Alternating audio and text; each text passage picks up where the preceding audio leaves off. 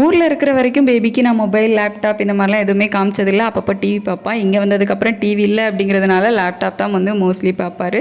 எப்போவாச்சும் ஒருக்கா மொபைல் கொடுப்பேன், அவ்வளோதான். இன்றைக்கி லேப்டாப்பை அவங்க அப்பா ஒர்க்குக்கு தேவை இருக்குது அப்படின்னு சொல்லிட்டு எடுத்துகிட்டு போயிட்டாங்க. மொபைல் வந்து எனக்கு தேவை இருக்கும், ஏன்னா இந்த மாதிரி வீடியோ ஷூட் பண்ணுறது எனக்கு அது தேவைப்படும். ஏன்னா எங்கிட்டே வந்து ஒரு மொபைல் தான் இருக்குது, அதை வச்சு தான் நானே அட்ஜஸ்ட் பண்ணி ஆகணும். ஃபஸ்ட்டு அவனுக்கு கொஞ்சம் பாயாசம் வச்சு கொடுத்தேன், சேமியா பாயாசம் சாப்பிட்டாரு. அப்புறமா நான் பாத்திரம் கழுவ வந்தேன் அப்படின்னு சொல்லிட்டு என் கூடவே நானும் கழுவுறேன் அப்படின்னு சொல்லிட்டு பாத்திரம் கழுவ வந்தார். அப்புறம் கொஞ்ச நேரம் வெளியே உட்காந்து கார் வச்சு விளையாட்டு காமிச்சிட்டு இருந்தேன் அவனுக்கு. அப்போ தான் நானே ஒன்று பார்த்தேன், அவன் வந்து புது விளாகராகவே மாறிட்டான். நீங்களே பாருங்கள்.